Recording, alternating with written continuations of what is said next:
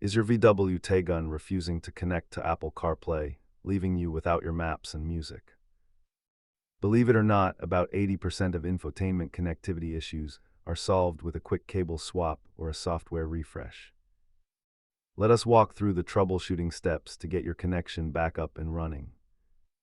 Start with the basics by verifying your cable, checking the ports for debris, and toggling your phone's wireless settings.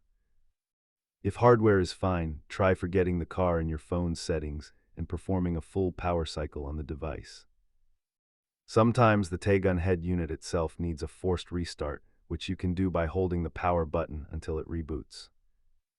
If software updates don't fix it, you might be looking at a deeper hardware failure that requires a professional technician. As you can see, the data shows that cables remain the overwhelming culprit for most connection dropouts. Advanced users should check for pending system updates and verify if the issue persists across both wired and wireless modes. Keep a basic toolkit handy, including a high-quality data cable and compressed air to clean those finicky ports. Remember, if the system works fine with another phone, you know the culprit is your own device settings.